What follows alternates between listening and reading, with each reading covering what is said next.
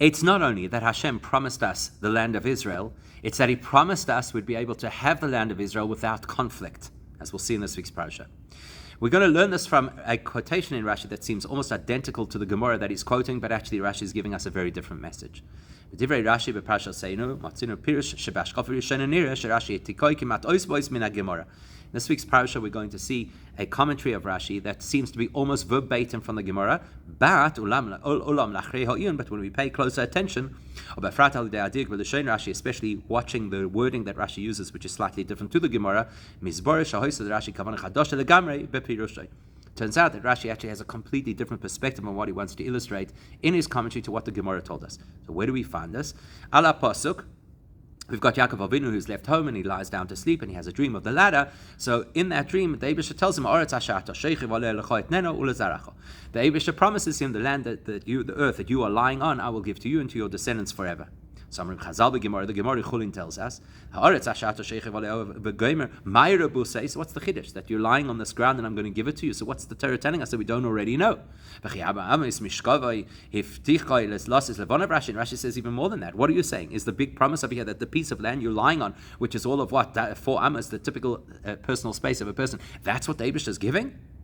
So therefore the Gemara explains, therefore the explanation is that the Eibush at that point contracted and folded up the whole of Eretz Yisrael to fit under where Yaakov was sleeping, so that it will be much easier in the future for his children to be able to conquer Eretz Yisrael. And Rashi explains, in the same way as it's very easy for a person to have the space that they're lying on, so it is easy to be able to conquer Eretz Yisrael. That's the Gemara. Now let's listen to what Rashi says in his explanation on Chumash, and you'll see that it sounds almost identical. So firstly, Rashi quotes the words Shechev Oleha, that you're lying on. Pirush explains what does it mean Shechev Oleha. Keep HaKadosh Baruch Hu Kol Eretz Yisrael Tachtov. Same thing as the Gemara that the Eibush folded up Eretz Yisrael under him. Ramaz Loi, and through that the Eibush alluded to Shetei Noichel Yikavish Levanav, that it will be easy for his children, his descendants, to conquer Eretz Yisrael. The commentaries on Rashi say that Rashi is addressing the same question the Gemara asked, which is, what's the big chap of saying the land that on which you're lying is yours? It's a tiny piece of land. What's the big chiddush? And they want to suggest that Rashi is giving the same answer the Gemara gave, which is that the Eibush folded up Eretz Yisrael under him, and therefore the big inside over here is that the Eibush is promising him that it will be easy for his descendants to conquer Eretz Yisrael, as easy as it is to lie down on this piece of land. So it sounds like Rashi and the Gemara are identical, except that that's going to raise some very obvious questions. Number 1, Aleph. When Rashi was commenting on the Gemara in Chulin, Rashi felt the need to explain to us, to explain what the Gemara meant when it said it would be easy for his children to conquer the land, that it means that it's the same as it's easy to lie down on your little spot of the ground when you want to lie down. So surely he should have said the same kind of thing over here when he's speaking about his commentary on the Torah, where Rashi's target audience includes the 5-year-old learning Chumash for the very first time, who probably needs that information. Why doesn't he include it?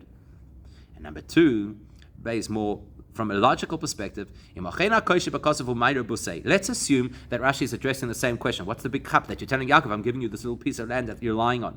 That we're worried, according to Pshat, that it sounds like the Eibush is only promising him a tiny little piece of land. Anyway, that doesn't seem to make sense. Because the Fizeh, then Rashi in his headline should have included those words that raise that question, the land on which you're lying. Because the problem is not the words that you're lying. The problem is that the land he's lying on is a tiny little piece. So emphasize the fact that the land is the question. Rashi doesn't do that. And we say, move on, the fact that Rashi does not include the words haaretz in his headline, and he only uses the word sheikhav aleo, implies that he's actually not bothered by the size of the land that Yaakov is sleeping on, and ostensibly that's what the Eibush is promising to him. In other words, Rashi's issue is not the same issue as the Gemara.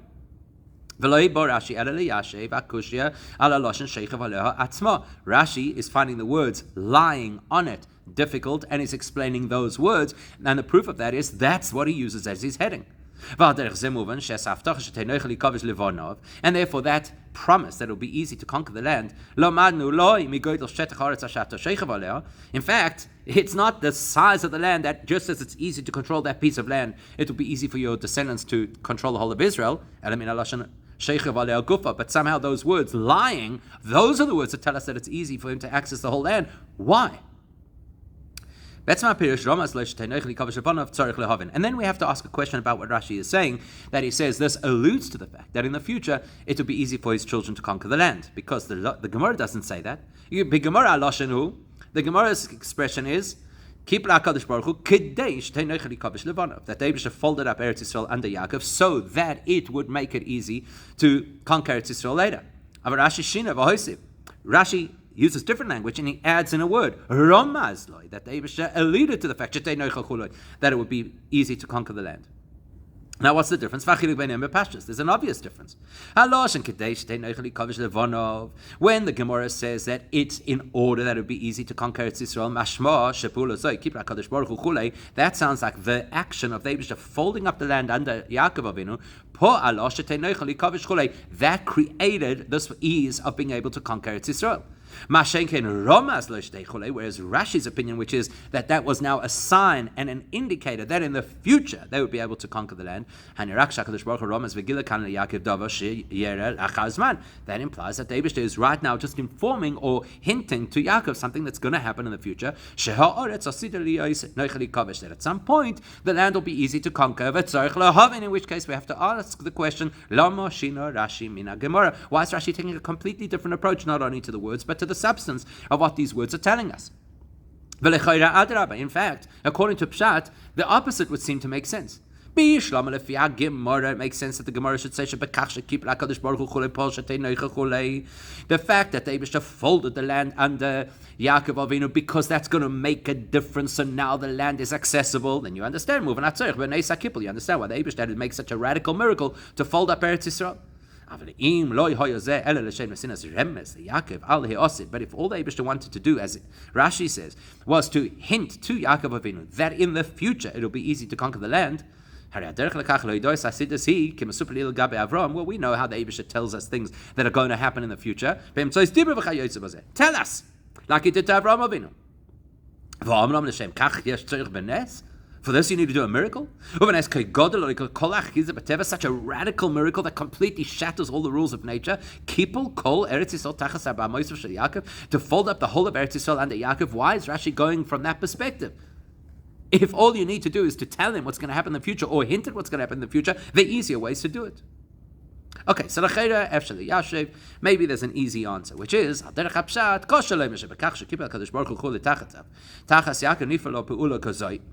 maybe it's a little bit far-fetched to suggest that because the Eibusha is folding up Eretz Yisrael under Yaakov Avinu, therefore it has the impact that it's going to have this knock-on effect many, many, many generations later, that it will be easy to conquer Eretz Yisrael. Maybe that's a little bit far-fetched. And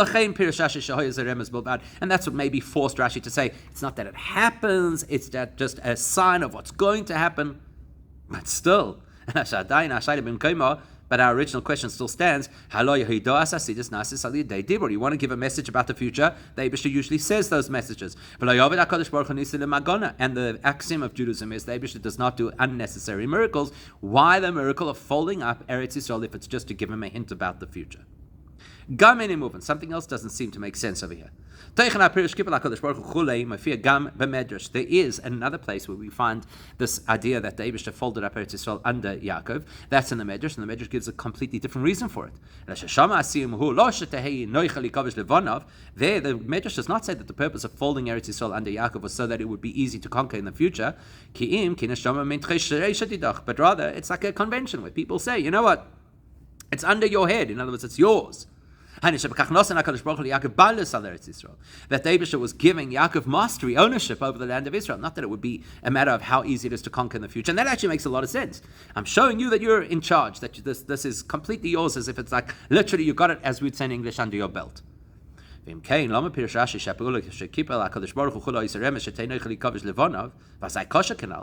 then did Rashi choose to explain that folding Eretz Yisrael was in order to allude to the fact that in the future it'd be easy to conquer, which raises all these questions about the Eibusha. Just why didn't you just say it, and why do you do unnecessary miracles? Why don't we just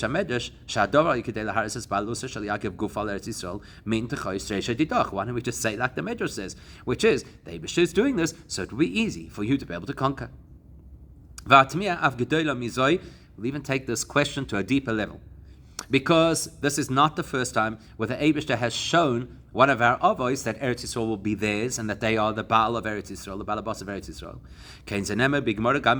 The Gemara notes the same thing about Avram Avinu. The reason the Eibusha told him was to walk the length and breadth of Israel is because I'm going to give it to you. Says the Gemara, that's because the Eibusha wanted it to be easy for his children to conquer. Sounds very much like what's happening here. But when you look in the Chumash, on that pasuk about Avram Avinu walking the length and breadth of Israel, Rashi doesn't say a word. Which makes it sound like it's not so simple to suggest that because the forefather is doing X, walking up and down the land, that's going to have an impact on the children generations later. It'll be easy for them to conquer. And if you take Rashi's perspective, the reason that Avram Avinu is walking the length and breadth of Israel is simply, so simply that Rashi doesn't even have to explain it, that Avram Avinu did something physical to illustrate to the world, as we'll see a little bit later, that he is in fact the rightful owner of Eretz Yisrael. Because look, he can walk freely through the land and nobody can obstruct him. An action that illustrates I am in charge. So how come now, when with Avram Avinu walking the land, Rashi says that makes complete sense because it illustrates that he's the balabos. But when it comes to Yaakov, here Rashi is saying that the fact that the Eibusha folded up Eretz Yisrael under Yaakov is not to show that Yaakov is the balabos, but rather a hint at the fact that in the future, generations later, it would be easy for his children to conquer the land. Why? Why does Rashi go down that rabbit hole? And the explanation is this. First of all, the question the Gemara asks, Myra Vuse, what's the big cup of giving him a tiny piece of land? That is not a question in Pshat. We can easily deal with it. From a Pshat perspective, there is no scope for this question of saying what's the big deal about saying that little strip of land that you're lying on is yours. Because the expression, the land you're lying on, nobody actually thought that it was only talking about that little bit of land that he happened to be sleeping on that night. It's referring to the entire land. When it says over here that you are lying on the land, it means the land, that known land. What land are we talking about over here? The land on which you're sleeping, which is the land of Israel. You happen to be sleeping on a part of it, but it's the land of Israel, and that's the land that I'm giving you. Rashi doesn't have to address that question. Which explains why Rashi did not address the issue with Avram. That the land that you see, I'm giving to you. Because maybe you could have the same question. How much land could Avram Avinu see at one point? The reality of human vision is that you can only see, your eyesight only sees so far. So wherever it is that Avram Avinu is looking at, it's only a portion of Eretz Yisrael. Especially since the Torah describes Eretz Yisrael as a land of hills and valleys, which makes it difficult to see a large portion of land all at once. So surely Rashi should have addressed the question, what does the Eibusha mean? The land that you can see I'm giving to you. Even if you want to suggest that Avram Avinu was standing on some very high mountain, and he could see very far, in all four directions, still really a stretch to suggest that only the land that he sees in his line of sight is what he gets. It's impossible, even if you're standing on the tallest of mountains, to see the entire land of Israel from coast to coast, from border to border. But there's just no question according to the pshat. Because everybody understands, in the simplest understanding of the pasuk, when the Eibusha says the land that you can see, it's not looking chas v'shalom to limit how much land the Eibusha is giving to Avraham Avinu, to suggest that you only can get as far as you can see. It's just talking generically. The land that you can see, that's the land I'm going to give you. There's a lot more than what you can see, but that's the land I'm giving you. And the same thing over here. It's not the land that you happen to be sleeping on that I'm giving you. It's that entire country on which you happen to be sleeping on a piece of the land. That's what I'm giving you. Rashi, therefore, is not bothered by the suggestion that maybe it's only some tiny piece of land. My Rabbi say, what's the chiddush of this pasuk? What is Rashi bothered by? The question Rashi wants to address is,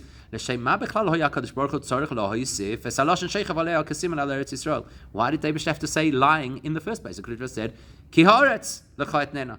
Or, it could have just said, this land I'm giving you.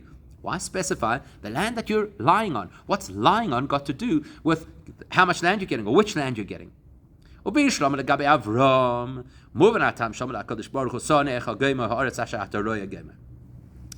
with Avraham Avinu why the Eibusha said the land that I will show you, because that makes sense. You're giving somebody something, you're going to say, you're going to say, look, this is what I'm giving you.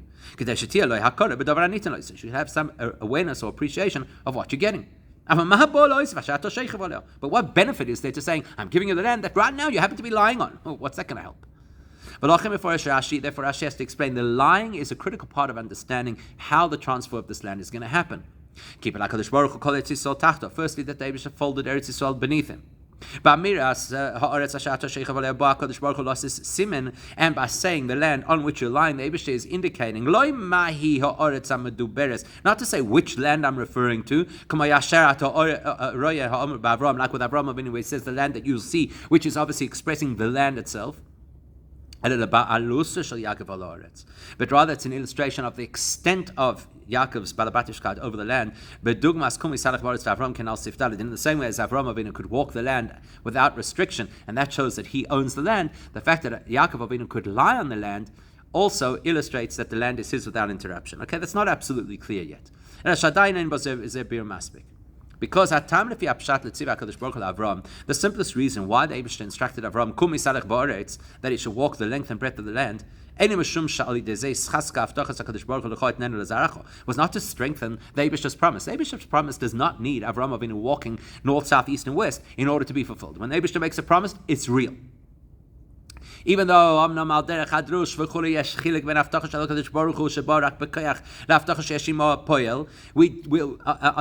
areas of Torah we'll darshan and we'll be mefalpel about the difference between when the Eibusha just makes a promise or when the Eibusha tethers that promise to some physical action. But in the world of Pshat, that's not a consideration.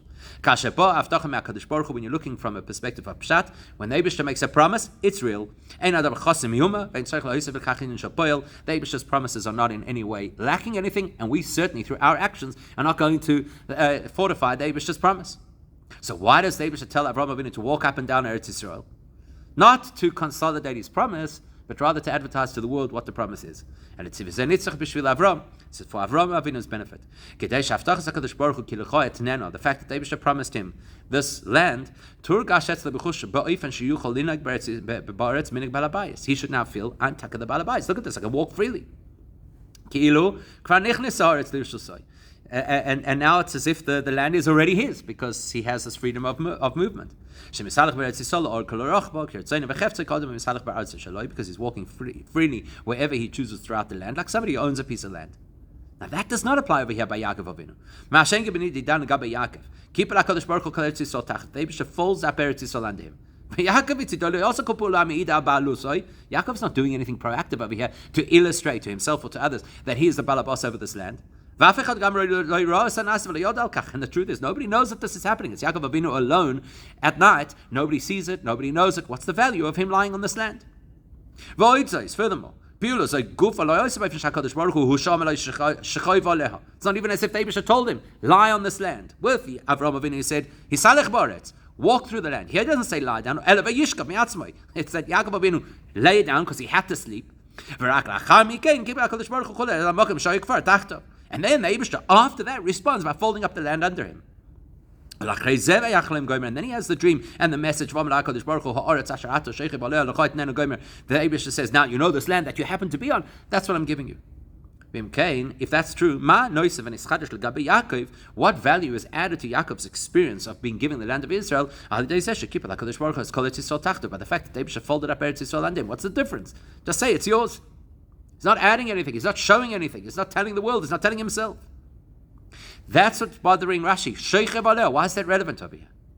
Rashi, to which Rashi explains, the Eibishter is here alluding to Yaakov Avinu, that it will be easy for his descendants to conquer the land. The fact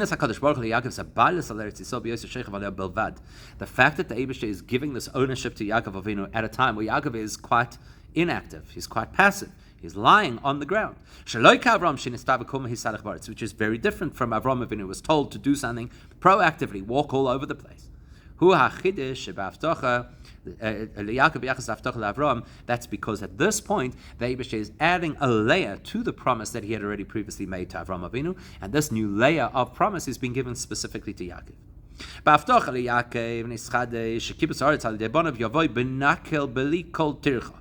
Avram Avinu was given the promise of the land that it will be his. Yaakov Avinu is given the promise that the access to the land and the conquest of the land will be easy, without bother. So because this is supposed to illustrate that the land will come to the Jewish people with ease, therefore Yaakov's experience is also an easy experience. It's good enough, he's just lying on the earth. He doesn't have to do any more than that. I take it from a Kabbalas Haaretz Ma'akadosh Baruch Hu, keep HaKadosh Baruch Hu Kol Eretz Yisrael Tachtov. And just by lying on the land, being quite passive, that already opens the door that David should give him the land. And the whole land, it's all folded under him. Which is fascinating, because now we're going to see that Rashi gives a perspective on the story which is even beyond what the Gemara told us. Here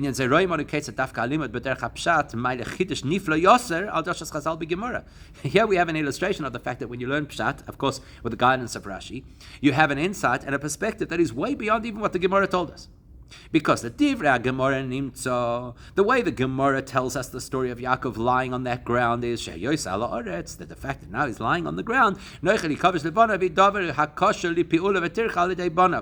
means that it's going to open the possibility that when the children have to conquer the land, it will be an action which is relatively easy. At least they'll have to put in the kind of physical exertion that it would take to take control of your little area of Daled Amos. But then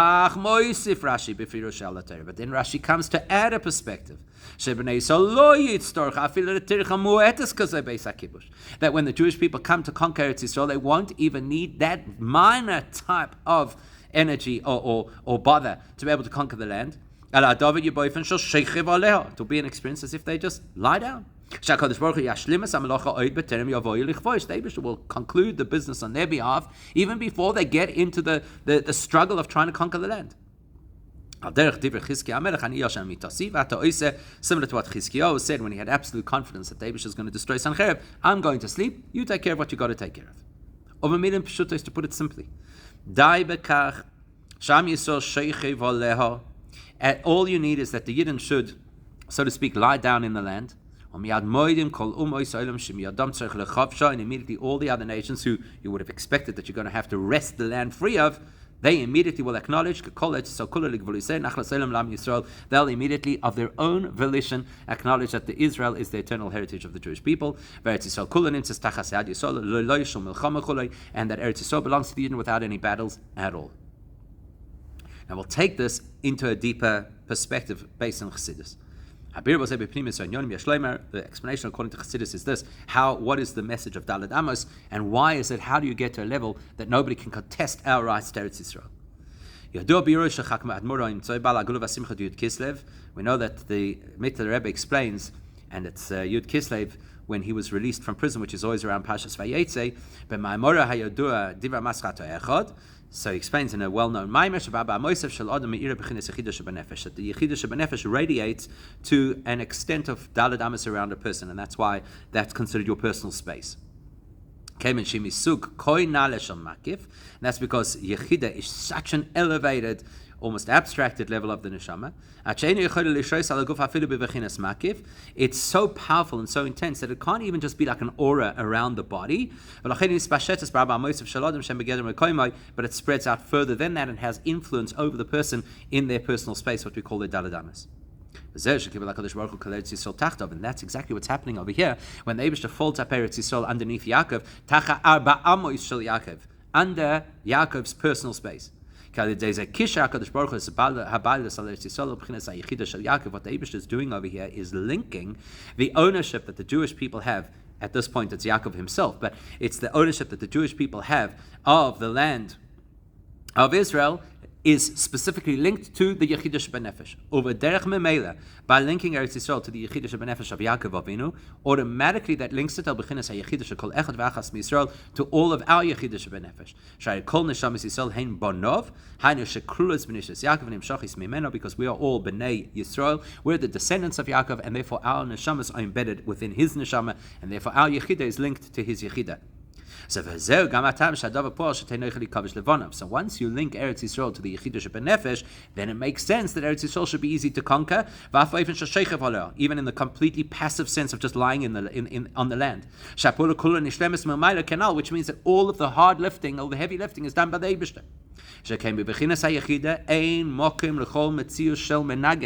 Because the reality of Yechidah is, as we call it, lo yigul chora, that is a reality where there's no capacity for anything negative. There can be no obstacle. There can be no antagonist. That's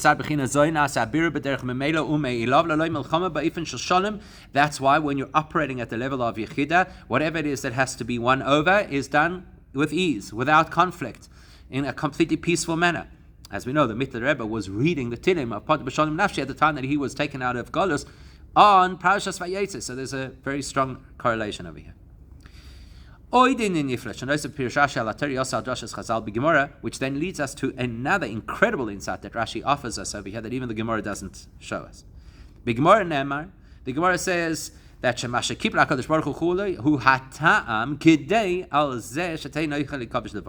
the Gemara says the fact that the Eibishter folded the mountain, that becomes the reason why in the future it will be easy for the descendants to conquer Eretz Yisrael.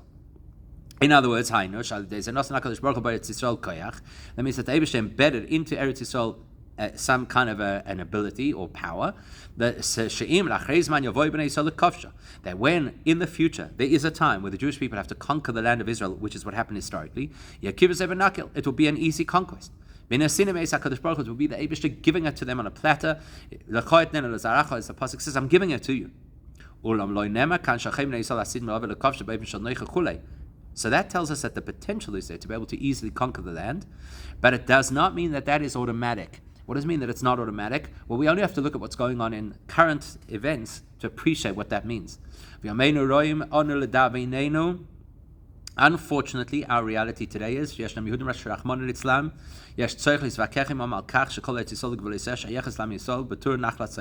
are Jewish people who we actually have to debate and be able to somehow convince that the entire Eretz Yisrael is the eternal heritage of the Jewish people, because they don't naturally believe this. As we well know, when Rashi begins his commentary on Torah, he speaks about the possibility that the nations of the world will contest our rights to Eretz Yisrael. Yes, okay. And the fact that Torah, immediately as Rashi points out, gives us the appropriate response for those who claim that Israel is not ours. And that response is, the land belongs to the Eibishter. The Eibishter chose to take the land away from the Canaanites and give it to us. And that tells us, and move on, if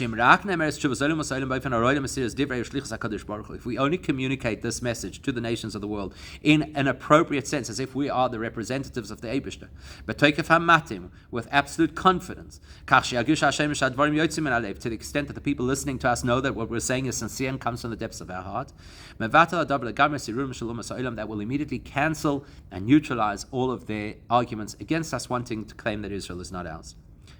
So Rashi is talking about the possibility of the non-Jewish world contesting our claim, and our reality is we have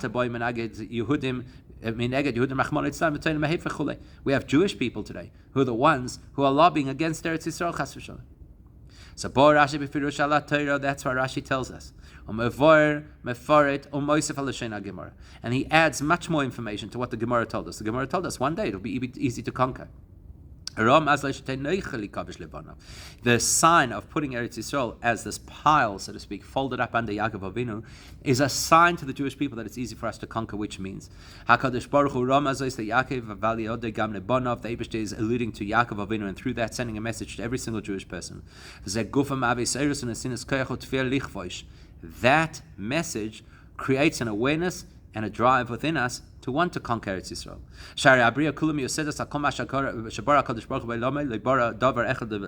Because we know that whatever the Eibishter created, nothing is created in vain. Especially something that the Eibishter himself alludes to or hints at. And it wasn't just a word that the Eibishter says it will be yours. The Eibishter does an action, and a highly miraculous action of folding up the whole of Eretz Yisrael, and that empowers us that one day every Jew wakes up. It's not that Shetahei is a promise, it's a guarantee. In other words, it's not just like wistful, please God, one day it will be easy for you to conquer. It's an absolute guarantee. The Eibishter is telling Yaakov Avinu a reality.